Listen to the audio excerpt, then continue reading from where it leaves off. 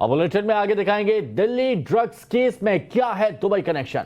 लेकिन अभी वक्त है सुपर 30 की खबरों का। पहले राज्यों की खबरों पर आइए नजर डालते हैं। मध्य प्रदेश के खरगोन में हिंसा के बाद अब आगामी त्योहारों को देखते हुए पुलिस एक बार फिर सख्त हो गई है। शहर में केंद्रीय बल के साथ मिलकर पुलिस ने फ्लैग मार्च निकाला है। कोतवाली से कदमताल करते हुए पुलिसकर्मी सराफा बाजार से लेकर तालाब चौक पहुंचे। संवेदनशील इलाकों में ड्रोन से मकानों की छत पर, सुनसान इलाकों में और बिल्डिंग पर सर्चिंग की गई है। एसपी ने बताया कि सुरक्षा व्यवस्था के पूरे इंतजाम पुलिस ने किए हैं। इस बीच खरगोन हिंसा के बाद होटल तोड़ने के मामले पर इंदौर हाईकोर्ट ने सरकार से 7 दिनों में जवाब मांगा है।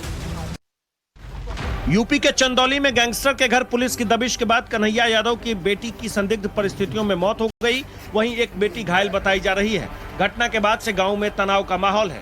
मनराजपुर गांव में रात को लोगों ने हंगामा कर दिया, जिसके बाद बिगड़ते हालातों को देखकर पीएसी तैनात कर दी गई है। कलेक्टर और एसपी खुद गांव पहुंचे और परिजनों से बातचीत की, लेकिन तब तक समाजवादी पार्टी के विधायक प्रभु नारायण यादव समेत कई कार्यकर्ता धरने पर बैठ गए। आक्रोशित लोगों के हंगामे के दौरान 2 जवान भी घायल हो गए। देश की राजधानी में बदमाश किस कदर बेखौफ हो गए हैं, इसका सबूत दिल्ली के सिविल लाइंस इलाके में हुई हत्या की वारदात है। बदमाशों ने 77 साल के बिल्डर की घर में घुसकर हत्या कर दी। बताया जा रहा है कि 2 बदमाशों ने घर के अंदर लूटपाट भी की और कैश लेकर फरार हो गए। पुलिस के हाथ सीसीटीवी फुटेज लगे हैं, जिनसे पता चलता है कि दोनों लुटेरों को देर रात करीब 10 से 10:30 बजे के आसपास ही बिल्डर रामकिशोर अग्रवाल के घर के सामने बाइक पार्क करते देखा गया है। इसके बाद रविवार सुबह करीब 7 बजे दोनों वारदात को अंजाम देने के बाद फरार हो गए। दिल्ली के शाहीन बाग इलाके से 400 करोड़ के ड्रग्स मामले में एक और गिरफ्तारी हुई है। एनसीबी ने ईस्ट दिल्ली इलाके से शमीम नाम के एक शख्स को गिरफ्तार किया है। हवाला कारोबार से जुड़े रहे शमीम को लेकर एनसीबी ने कहा है कि इसके संबंध दुबई और कई देशों से हैं। गिरफ्तार आरोपी हेरोइन से होने वाली कमाई का पैसा हवाला करता था और पैसों को विदेश भेजता था। अब तक इस केस में ये 5वीं गिरफ्तारी है। दिल्ली से 2 अफगानिस्तानी मूल के नागरिकों को भी गिरफ्तार किया गया था। एनसीबी इस मामले में अब ईडी और एनआईए की मदद भी ले सकती है। पंजाब के पटियाला में हिंसा भड़काने के मास्टरमाइंड बरजिंदर परवाना को पुलिस ने रिमांड पर ले लिया है। गिरफ्तारी के बाद परवाना को कोर्ट में पेश किया गया था, जहां अदालत ने उसे 4 दिन के पुलिस रिमांड पर सौंप दिया है। पुलिस ने बरजिंदर सिंह परवाना को मोहाली से गिरफ्तार किया था।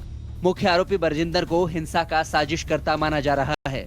पटियाला के आईजी मुखविंदर सिंह छीना ने बताया कि 6 और लोगों को मिलाकर अब तक इस मामले में 9 आरोपी गिरफ्तार किए जा चुके हैं। भीषण गर्मी का दौर है, ऐसे में आपको लग रहा होगा कि ये लोग पानी के जुगाड़ में लगे हैं, लेकिन नहीं। ये जो आपाधापी की तस्वीरें हैं वो है पेट्रोल लूट के लिए। वीडियो बिहार के अररिया का है। फोवर्सगंज रानीगंज मेन रोड पर अचानक एक पेट्रोल का टैंकर पलट गया। बस फिर क्या था, लोग बाल्टी डिब्बे लेकर टूट पड़े पेट्रोल लूटने के लिए। लोग बाल्टी और डिब्बे लेकर पेट्रोल लूटने के लिए टूट पड़े। कोलकाता से नेपाल जाने वाले टैंकर हादसे का शिकार क्या हुआ, लोग तुरंत ही पेट्रोल लूटने में लग गए। केरल के कासरगोड में रेस्टोरेंट में खाना खाने के बाद एक लड़की की मौत हो गई और कई छात्रों की तबीयत बिगड़ गई है, जिन्हें अस्पताल में भर्ती कराया गया है। चेरुथूर के एक रेस्टोरेंट में खाने से लड़की को फूड पॉइजनिंग हुई और फिर उसकी मौत हो गई। बाकी 14 छात्रों का अस्पताल में इलाज जारी है। दरअसल लड़की और उसके दोस्तों ने रेस्टोरेंट में शौरमा खाया था, जिसके बाद सभी को बुखार, दस्त और उल्टी की शिकायत हुई। स्वास्थ्य विभाग ने पुष्टि की है कि लड़की की मौत फूड पॉइजनिंग से ही हुई है। विभाग ने रेस्टोरेंट को बंद कर जांच शुरू कर दी है। और सुपर 30 में अब आपको दिखाते हैं देश से जुड़ी कुछ और बड़ी खबरें। आज से पीएम मोदी 3 दिनों के यूरोप दौरे पर गए हैं। रूस यूक्रेन युद्ध की वजह से बने मौजूदा हालातों को देखते हुए प्रधानमंत्री का ये दौरा काफी अहम माना जा रहा है। मोदी सबसे पहले जर्मनी के बर्लिन में चांसलर स्कोल्ज के साथ द्विपक्षीय चर्चा करेंगे। इसके बाद पीएम मोदी डेनमार्क जाएंगे और कोपेनहेगन में प्रधानमंत्री फ्रेडरिक्सन से द्विपक्षीय चर्चा करेंगे। इसके साथ ही दूसरे भारत नॉर्डिक शिखर सम्मेलन में भी भाग लेंगे। वापसी के दौरान मोदी फ्रांस जाएंगे और राष्ट्रपति मैक्रों से पेरिस में मुलाकात करेंगे। उत्तराखंड और असम के बाद अब एक और बीजेपी शासित राज्य ने यूनिफॉर्म सिविल कोड लाने का ऐलान कर दिया है। हिमाचल प्रदेश के सीएम जयराम ठाकुर ने कहा है कि हम समान नागरिक संहिता लागू करने पर विचार कर रहे हैं। मैंने अधिकारियों को हिमाचल के परिप्रेक्ष्य में इसका मूल्यांकन करने के लिए कहा है। ठाकुर ने दावा किया है कि मुस्लिम महिलाओं को इससे आपत्ति नहीं होगी, क्योंकि उन्हें समान अधिकार मिलेगा। असम के सीएम हिमंता बिस्वा शर्मा ने भी कहा कि अगर यूसीसी नहीं आती है तो बहुविवाह प्रणाली जारी रहेगी। मुंबई से पश्चिम बंगाल के दुर्गापुर जा रहा स्पाइस जेट का विमान अचानक से मौसम खराब होने की चपेट में आ गया। लैंडिंग से पहले ही फ्लाइट तूफान की वजह से हवा में ही डगमगाने लगा। कुछ देर के लिए ऐसा लगा कि विमान तेज हवाओं के बीच फंस गया है। इस दौरान यात्रियों की सीट के ऊपर बने केबिन से यात्रियों का सामान निकलकर गिरने लगा, जिससे विमान में बैठे 40 लोग घायल हो गए। हालांकि राहत की बात यह रही कि पायलट इस खराब मौसम में भी विमान को सुरक्षित लैंड कराने में सफल रहा। घायल यात्रियों को दुर्गापुर के अस्पताल में भर्ती कराया गया है। नमाज और इफ्तार को लेकर बीएचयू से शुरू हुआ विवाद अब मिथिला यूनिवर्सिटी पहुंच गया है। दरभंगा में यूनिवर्सिटी कैंपस में एबीवीपी कार्यकर्ताओं ने हवन पूजन कर विरोध जताया है। परिसर में ही हवन कुंड बनाकर कुलपति और कुल सचिव के विरोध में सद्बुद्धि महायज्ञ किया गया। छात्रों का कहना है कि विश्वविद्यालय का इस्लामीकरण किया जा रहा है। हालांकि मंत्री जीवेश मिश्रा ने कहा है कि यूनिवर्सिटी को शिक्षा तक ही रखें, न कि मंदिर मस्जिद बनाएं। बिहार को इफ्तार नहीं बल्कि रफ्तार की जरूरत है। और चलिए सुपर 30 में अब देखेंगे राजनीति से जुड़ी कुछ खबरें। राज ठाकरे की औरंगाबाद रैली के बाद अब लाउडस्पीकर पर सियासत और बढ़ गई है। एमएनएस चीफ ने अल्टीमेटम दिया है कि 3 मई तक मस्जिदों से स्पीकर नहीं हटाए गए तो दोगुनी आवाज में हनुमान चालीसा बजाएंगे।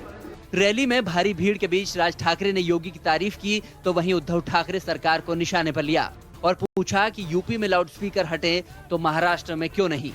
ठाकरे ने शरद पवार पर आरोप लगाया कि उन्हें हिंदुत्व से एलर्जी है। उधर फडणवीस ने दावा किया है कि बाबरी मस्जिद तोड़ते वक्त वहां कोई भी शिव सैनिक मौजूद नहीं था। महाराष्ट्र में सियासी घमासान के बीच सीएम उद्धव ठाकरे ने बीजेपी और राज ठाकरे को निशाने पर लेते हुए कहा कि मैंने अपनी आंखों से देखा है कि आपने समय समय पर बाला साहब को कैसे धोखा दिया। बाला साहब ठाकरे को भोला भाला बताते हुए बीजेपी पर उन्हें ठगने का आरोप लगाया। वहीं राज ठाकरे को निशाने पर लेते हुए कहा कि ये जन्म से ही अलग अलग झंडे लेकर चलते हैं, जो कभी मराठी तो कभी हिंदुत्व कार्ड खेलते हैं, मैं उन्हें तवज्जो नहीं देता।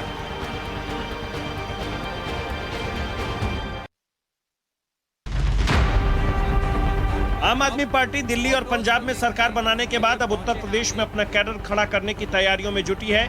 आरएसएस को कोसने वाली आम आदमी पार्टी अब उसी शाखा वाले पैटर्न पर चलने वाली है। सांसद संजय सिंह ने कहा कि आम आदमी पार्टी यूपी में 1 जुलाई से तिरंगा शाखाएं शुरू करने जा रही है।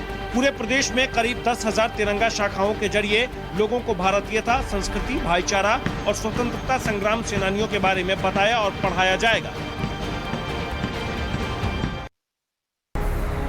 बिहार में जनता दल यूनाइटेड में नंबर 2 को लेकर चल रही खींचतान के बीच पार्टी ने बड़ा फैसला लिया है। अब पार्टी के बैनर पोस्टर पर सिर्फ सीएम नीतीश कुमार का ही फोटो रहेगा।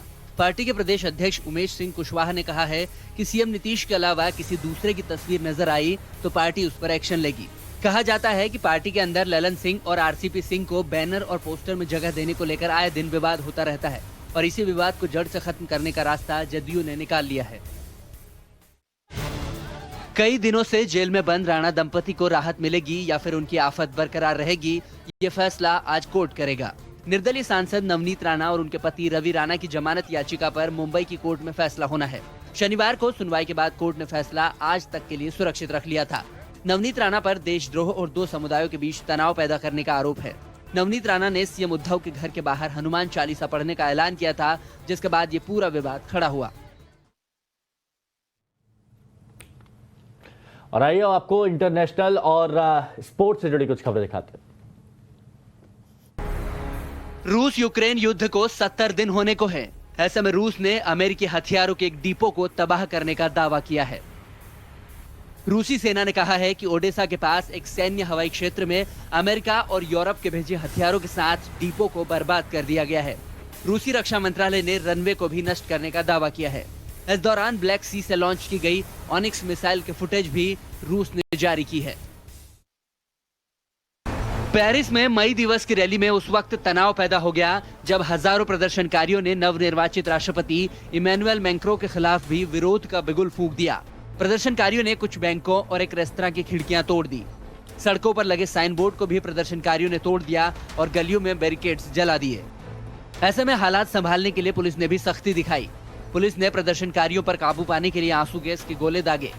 दरअसल लोग फ्रांस में रिटायरमेंट की उम्र 62 से 65 साल करने का भी विरोध कर रहे हैं। चेन्नई सुपर किंग्स की कप्तानी धोनी के हाथों में आते ही टीम ने कमाल कर दिया। आईपीएल के 46वें मुकाबले में चेन्नई ने सनराइजर्स हैदराबाद को 13 रन से हराकर अपनी तीसरी जीत दर्ज की है। सीएसके के बड़े टारगेट 203 रनों के लक्ष्य का पीछा करने उतरी हैदराबाद की टीम 6 विकेट पर महज 189 रन ही बना सकी। हैदराबाद की ओर से निकोलस पूरन ने सबसे ज्यादा नाबाद 64 रन बनाए। वहीं सीएसके की ओर से मुकेश चौधरी ने सबसे ज्यादा 4 विकेट चटकाए हैं। आईपीएल की नई टीम लखनऊ का शानदार खेल जारी है। लखनऊ ने दिल्ली को 6 रनों से हरा दिया है। दिल्ली कैपिटल्स के सामने 196 रन का टारगेट था, लेकिन टीम 20 ओवर में महज 189 रन ही बना पाई।